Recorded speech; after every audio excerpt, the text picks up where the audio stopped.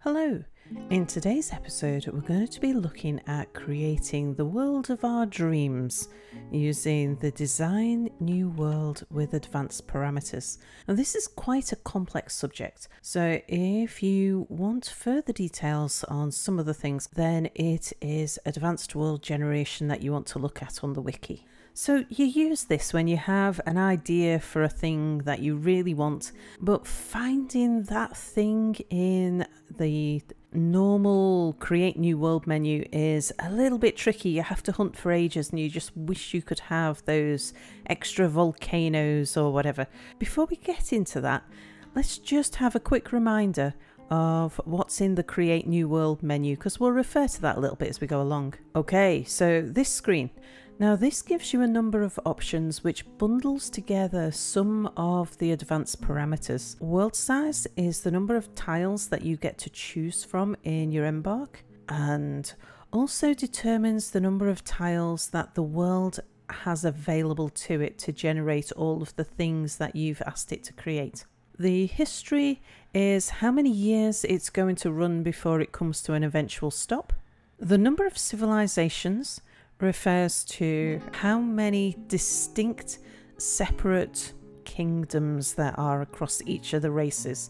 So if you have 4 dwarves, 3 elves, 3 humans and 2 goblins, then that would be a total number of 12 civilizations. The maximum number of sites is the total number of sites that are created during World Gen across all of the races. And the number of sites is quite important when it comes to FPS. So if you want to keep a high FPS, you go for a lower number of sites. Number of beasts refers to the number of mega beasts, semi-mega beasts and titans that are available in the world. So this is things like rocks and dragons. The natural savagery of the world is the proportion of savage biomes that you have, whether they are good, neutral or evil.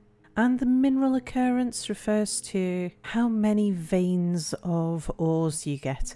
And so the higher the number of veins of ores you're going to get, the more variety you're likely to get as well. Right, back to advanced parameters. Let's enter.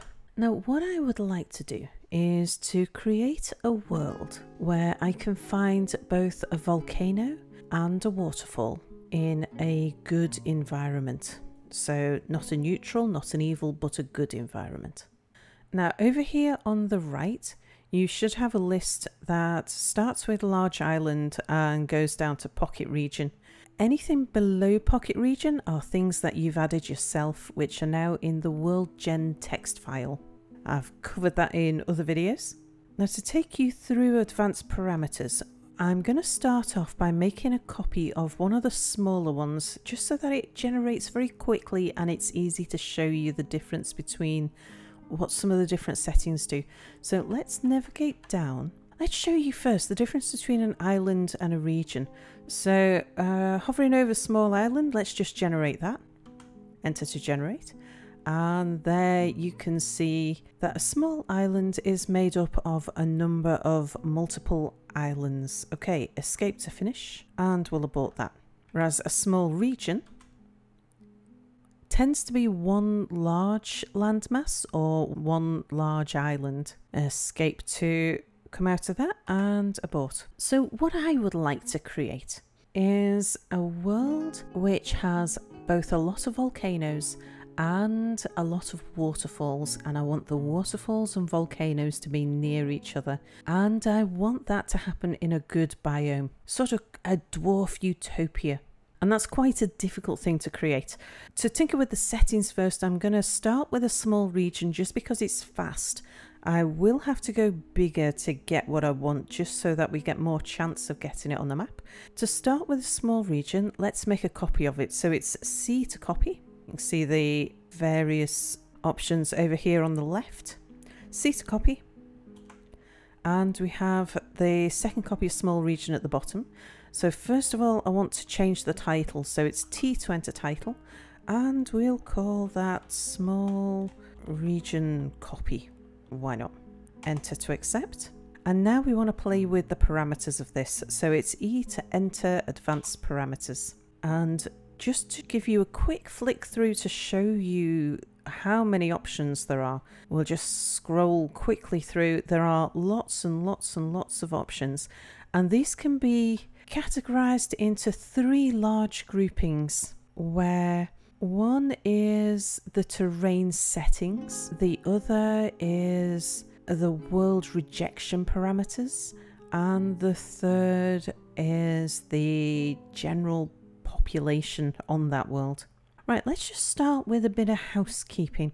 To help you see the difference that all of the different settings do, I'm going to enter some fixed seeds so that we're always generating the same thing off the same seeds. Okay, we've done that. And the way to do that is you select use seed, you use the arrow keys to switch to yes, and then arrow key down to seed. You press enter, type in the value, and then press enter to accept. Right, bit more housekeeping.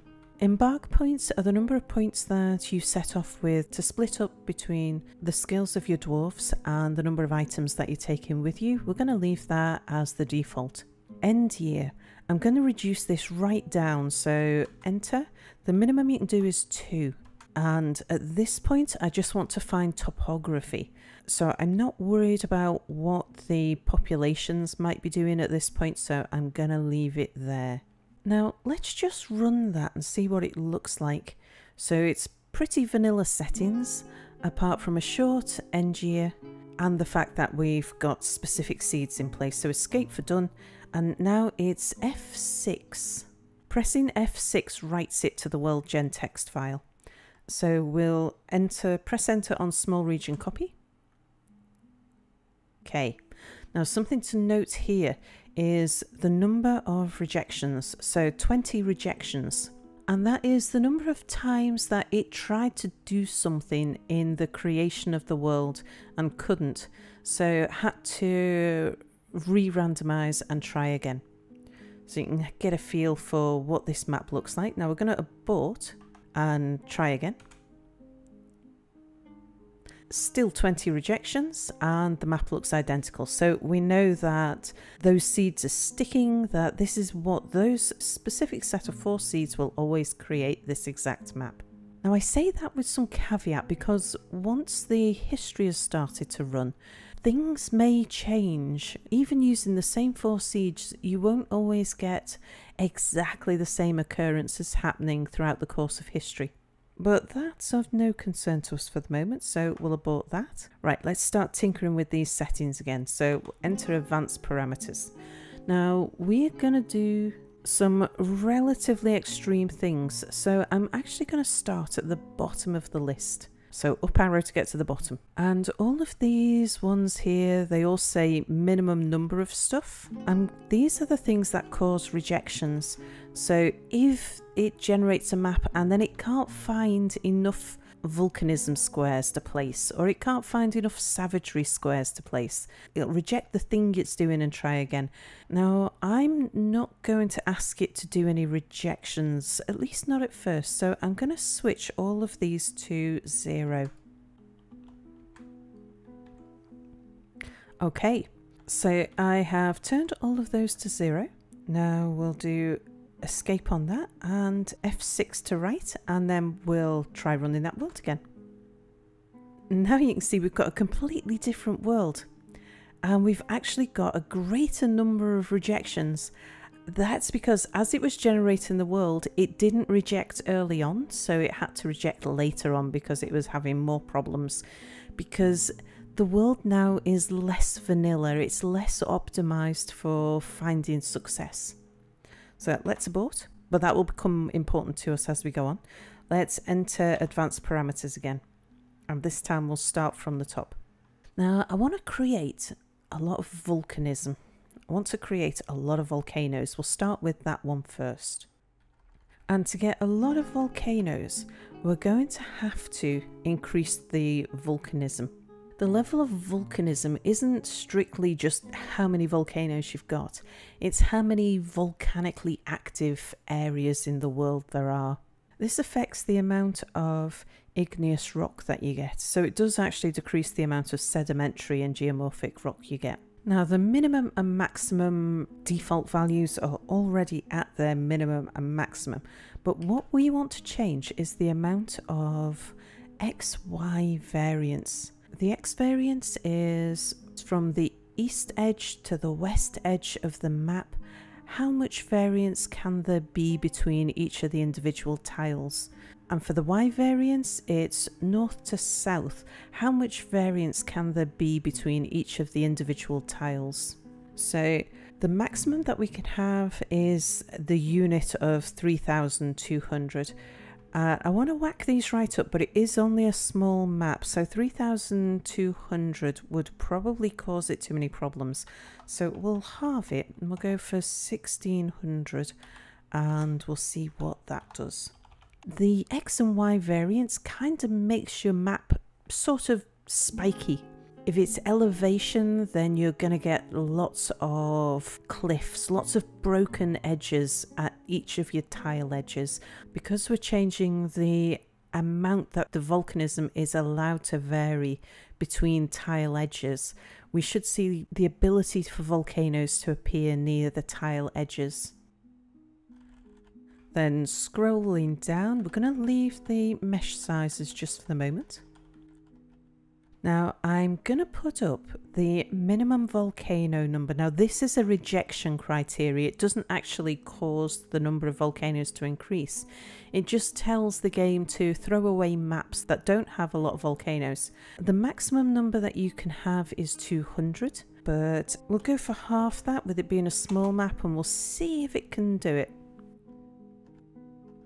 Now increasing the amount of volcanoes and allowing those breaks at the edge of the map, the spikes at the edge of the map, might cause the game some trouble in placing grasslands or deserts or something. So I'm going to set these to 0 as we did with the other rejection criteria.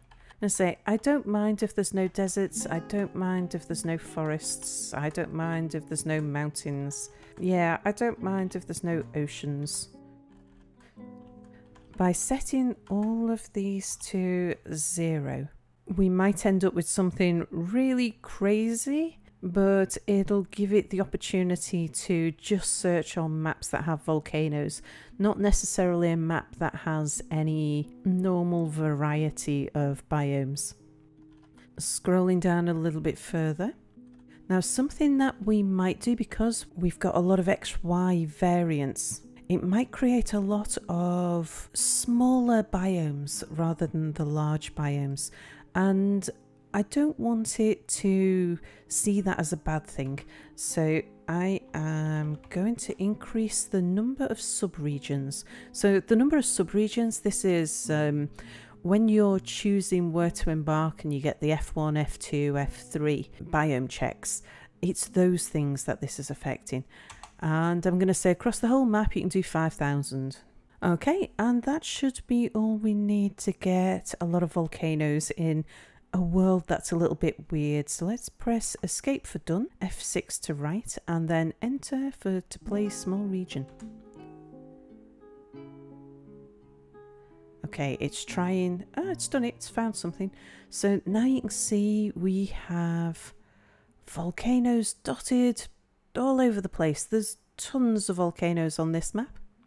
We know it's found a map that's got at least 100 in it. But you did see how it was trying. It was almost getting to the point where it was succeeding, and then it'd have to go back and try the whole thing again. So the weirder your map setup is, the harder it's got to try, the later the rejections will come. And no doubt as we're experimenting, we'll find a point where it just can't do it. And I'll show you what to do when we get to that point. Okay, let's abort. So we've created a world that's got lots of volcanoes. Now let's have a look at creating a world that has got lots of good in it. It's easy to get a world that's got lots of evil. Evil naturally spreads with history. And there's always a lot of neutral in the world. good only ever shrinks. So if you want a world that's got a lot of good in it, you have to force that yourself. So to get good, we need to scroll down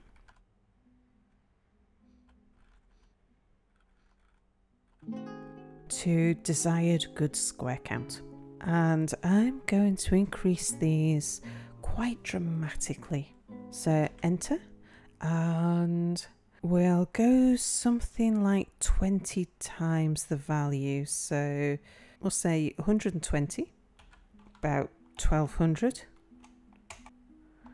and about 2500.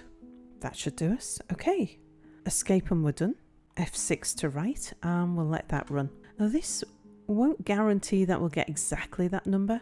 It's a target for it. And the yellow mountains, these are all good. So yellow mountains are good regions. The blue hills are good regions. So yeah, it has found a lot of places to throw some good in. Basically, we have weighted this world towards good. It's looked at the proportion of good versus the proportion of evil and thrown it in proportionate to the values. So we have far outweighed the good with the neutral and the evil. All right, so that's good. Right, let's abort that. Next thing we want to do is throw in some waterfalls. Now, waterfalls do occur naturally, but to force a lot of waterfalls is the difficult one. A waterfall is going to occur where you have a broken terrain. So we've got to force the world to generate in a way that is really quite unnatural for it, for something it intends not to do. It actively tries not to have broken terrain. It tries to smooth it like a natural world. We're saying that we want the surface to look very fractured, to have lots of step ups and step downs in it, so that some of those big cliffs happen where the rivers flow. So enter parameters again. We're going to have to tinker with quite a few things for this. Right, first thing, we're going to have to affect the elevation XY variance. So this is the biggest one. This is the one that is going to give us lots of waterfalls near the edge of tiles. So the default value is 202. We could go up to 3200, but again, this is a small map and that's probably too much. So we'll go for half that in both the X and the Y. Now, if we want lots of rivers, a lot of rainfall is really going to help. So we're going to put rainfall up to half maximum. Again, half because it's a small map. Right, temperature XY. I'm also going to change this because that's going to affect the number of smaller crazy biomes that it will create, and it'll affect the topography of the map. So I'm not going to go quite as mad with this. We'll try maybe half again. So we'll go for 800. And then for drainage, I've generally found that drainage is although it's one of the most important things to affect for waterfalls, it's also one of the more sensitive things. So I'm only going to put that up to 400 for a small map. If it was a larger map, I'd go 800. Right, now while I'm here, I'm going to tell it that I would actually like it to have both a north and south pole. And I'm going to tell it that it doesn't need to find any mountain peaks. I would like it to have at least a little bit of ocean, and the partial edge is how many of the 4 edges of the map are touched by an ocean, whereas the complete edge is how many of the edges of the map are completely covered by ocean. So complete edge gives you like an island, whereas partial edge just means you've got some ocean in there somewhere. Okay, escape, we're done. F6 to write it, and let's see if it can create that world. Oh yeah, it's not had much problem with that at all, actually. Very good. So lots of volcanoes, and we've probably got a lot of waterfalls in there as well. So how about we have a look and see what this looks like now. So enter to accept, and then we'll play this world and see what kind of embarks we can find on it. So we're playing in Dwarf Fortress mode, and here's our map. We're going to use the Embark Assistant, and I'm going to say to it, can you find me, so it's F for find, can you find me an XY which is 6, so it's arrow over to the size, we'll say 6, enter for 6, arrow down to Y, arrow across and down to 6 and enter. Do you know what, I'm going to increase that to something really crazy because we do want it to find something. Find me XY, there we go. Now find me, so how many waterfalls do we have? There are at least a drop of 2. And how many have a good biome present in that 10 by 10 area? We'd be lucky if we find one that coincides with a volcano, but to check volcano you go down to minimum magma and set volcano. I think I'll have to do this on a bigger map before I find a volcano and waterfall in the same place. But let's see what it can do with just waterfalls in a good area. F for find, and first thing it does is highlights all of the good, and now it's whizzing through those and having a look to see where it's got waterfalls in those good regions. It has found 148 waterfalls in good regions. So let's go and have a look at one of those flashy green X's. Okay, it's found a waterfall with a drop of 2 in a mirthful surrounding. So that's what we get if we were to embark here. We know we've got a waterfall and we know that it's in a good biome. Right, I'll just have a quick look around and I'll see if I spot anything particularly interesting. Oh, right, look at that. There's a 23 drop waterfall here in this confluence of rivers. Now, there are a number of places like this on the map where we have both a waterfall and a volcano. Right, the waterfall's right at the top, and we'll find that quite a lot of the time. The broken terrain has happened at the edge of the map tile. So you tend to find a lot of areas like what we have here, where there is a volcano and it's right in the middle of a bunch of waterfalls, but they're not even on the same map tile. It's like the volcano has pushed the waterfalls away. So we want to do something to fix that. Right, we'll escape and abort that game. Go back to design new world with advanced parameters. And now we're going to tinker with the terrain a little bit more to get the waterfalls and the volcanoes to be a little bit more comfortable being next to each other. Right, enter advanced parameters. Right, what we're going to do now is to mess with the mesh sizes. Now, to understand the concept of a mesh, imagine we were drawing a number of squares over the whole world, and within each of those squares there were a bunch of tiles all grouped together. We have broken the world on the edge of the tiles, and what we're going to try and do now is smooth between the tiles, which will actually push the broken terrain a bit more towards the center of the tile and away from the edge. That's not technically correct, but it's a good analogy. So let's play with the meshes and the weighted ranges.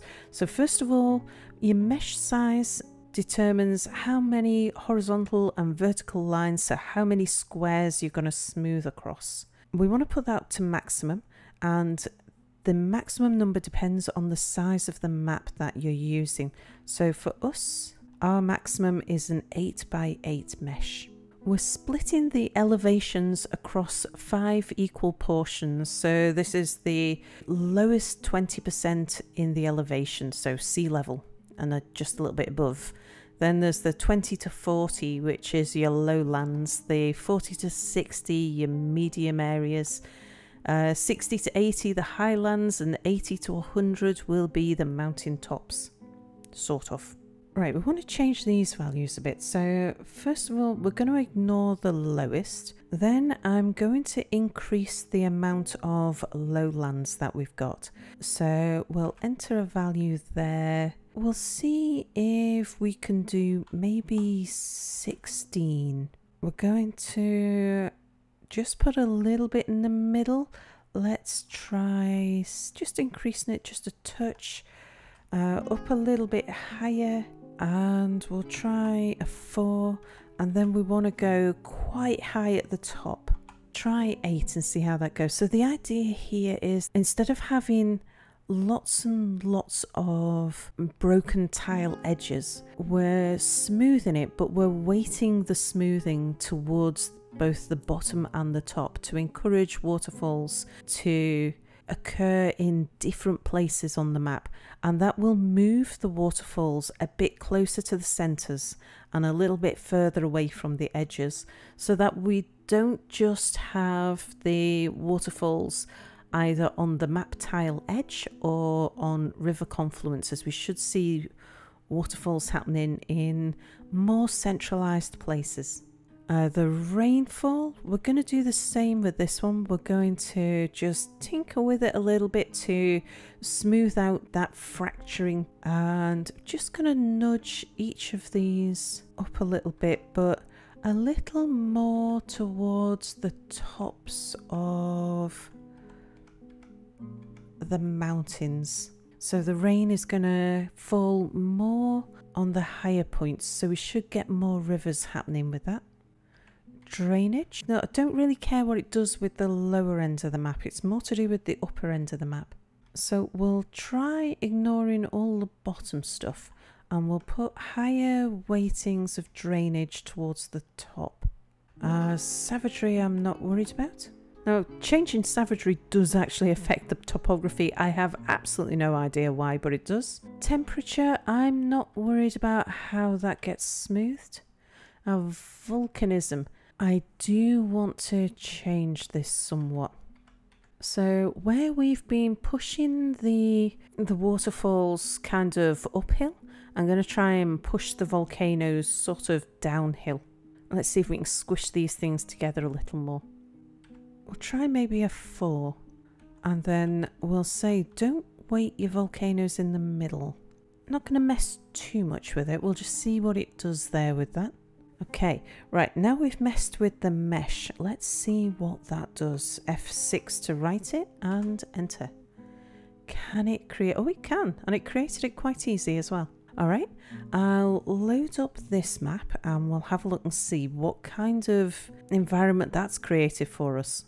Okay, so now what we're seeing on this map is there's more of the waterfalls are happening at river confluences like this one, and less of them are happening at the edge of the map. So the waterfalls have moved towards the middle, the volcanoes have moved a little bit closer towards the edge, and now we're down to the random generation of the map. So in this particular volcano is right the way towards the edge. Now what I want to do to get it so that we've got a volcano and a waterfall that are close together, I mean at least within a 6x6 area, and I'd like a waterfall that's a bit closer to the centre of my embark area. Don't mind if the volcano's right on the edge of the map, but I'd also like a bit of choice. So I want it to generate a lot of these things. That means I'm going to have to go to a bigger map, and then I'll scale up the parameters that I've just put in and then generate a few of them.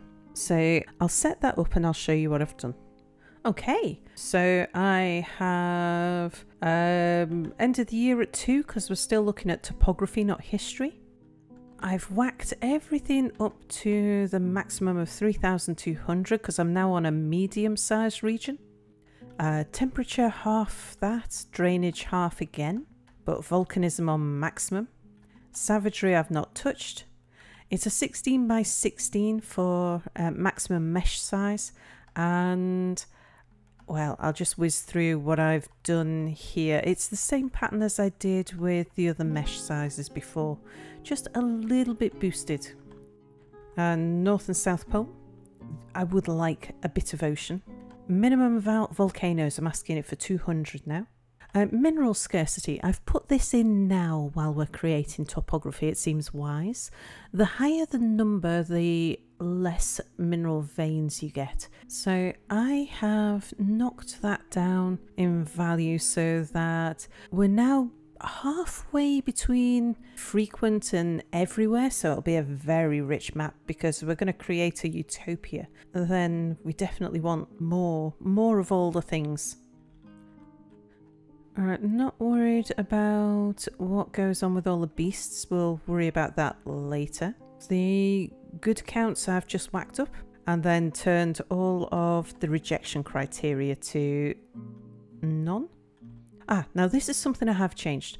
Erosion. Erosion happens after the topography's been put in place. Then after all the mountains have been grown and the rivers have run, then the rivers create erosion and smooth themselves out a little bit. So I've knocked erosion down. That should give us a few more waterfalls. I think the default on a medium map was something like 250. I've changed the cycle count to about 64, so there's still some erosion there, but not quite as much. I've also increased the minimum river start locations pre-erosion and desired river start locations post-erosion. I've put those up quite significantly. Periodically erode extreme cliffs. What this does for you is give you canyons. It does give you very jaggedy edges and stops your map from being quite as rounded. Your cliff sides tend to be more straight edged rather than lots of ramps everywhere and curvy hills. I really like canyons, so I'm going to keep that off. Caverns, I don't really mind what it does with its caverns. That can be completely random.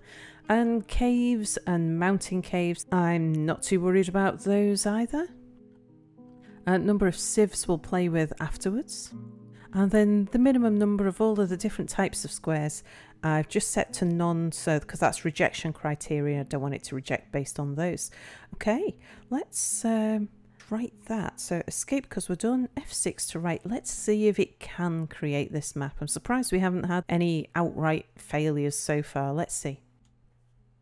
This might take some time to generate, so I'll be right back with you once it's done.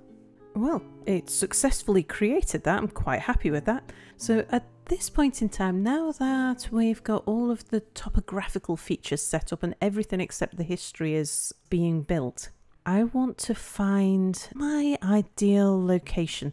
So it might take me a few maps to do this. I'll be back once I have found my ideal location. Now there is a way to automate this. A friend of mine, Talia, has created a script which searches for unicorns by specifying what it is you're looking for. As long as it can be searched for within the Embark Assistant, it will generate worlds and save them if it finds the parameters that you're looking for. So you can set this running and leave it to find some worlds for you. If you'd like to get a copy of Talia's script, you can find it in the Dwarf Fortress channel on my Discord. I'll put a link to my Discord in the description below. Alright, I found what I think is Dwarven Utopia. In fact, let's just go one bigger.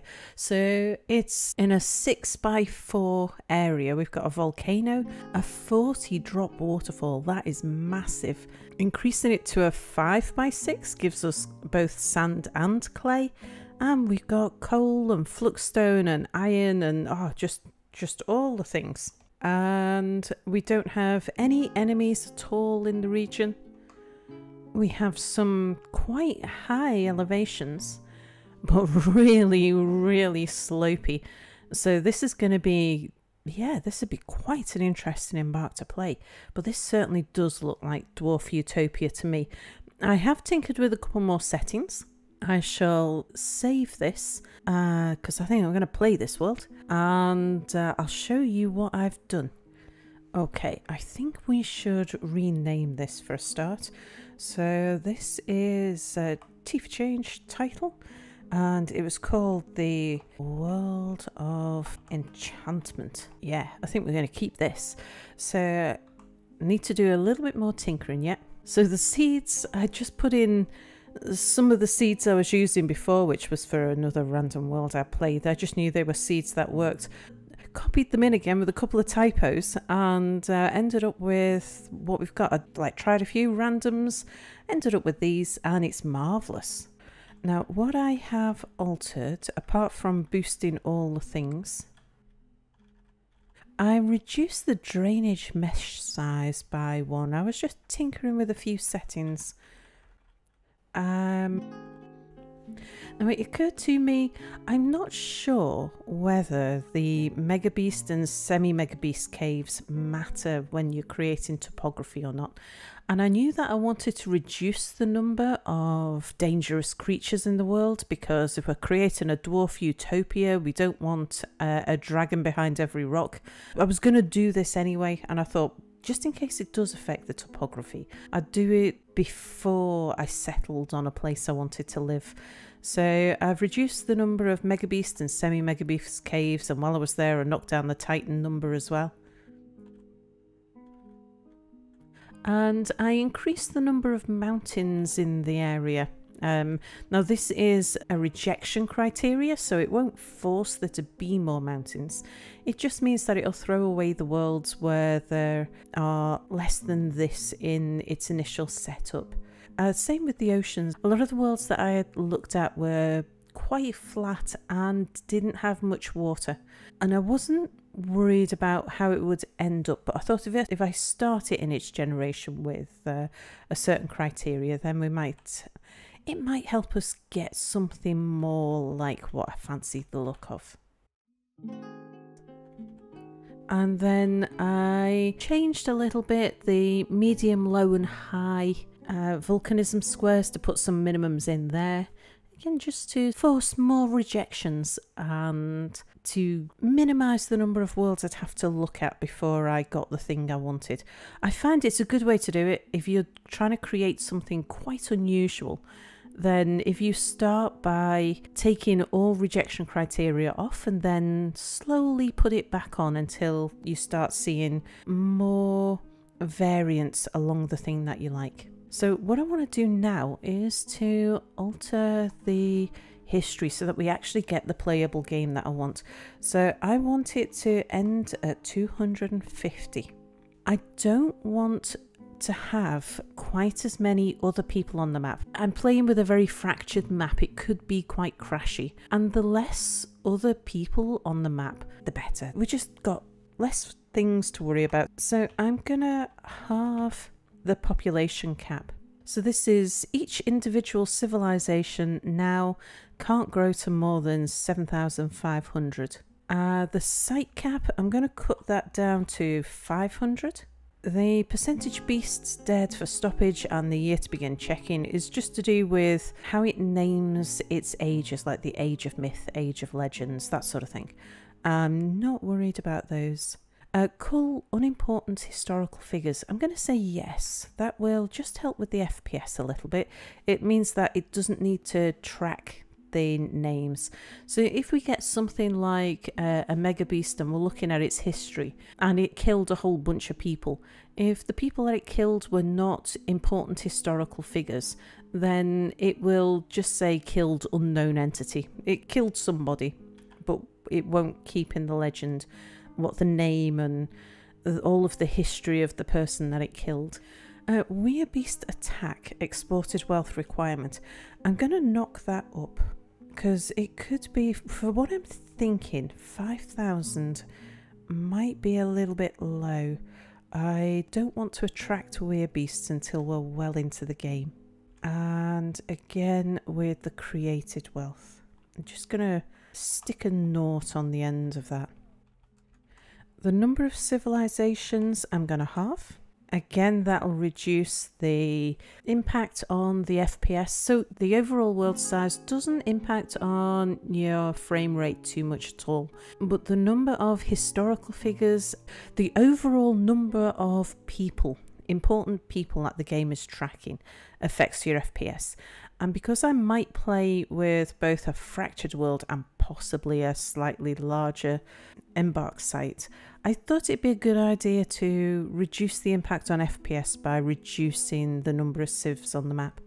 Okay, and I think we are done. So let's just F6, we'll write that, and then we'll create the world that we're going to be playing.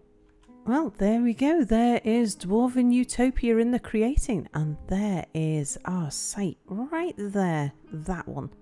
The elves are creeping a little bit close to it.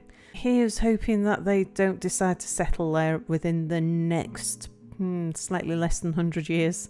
But thank you for watching. Do come back and watch me play this map. It will be in a Let's Play series soon. I'll be using it for some other tutorials as well. Thanks for watching. Bye for now.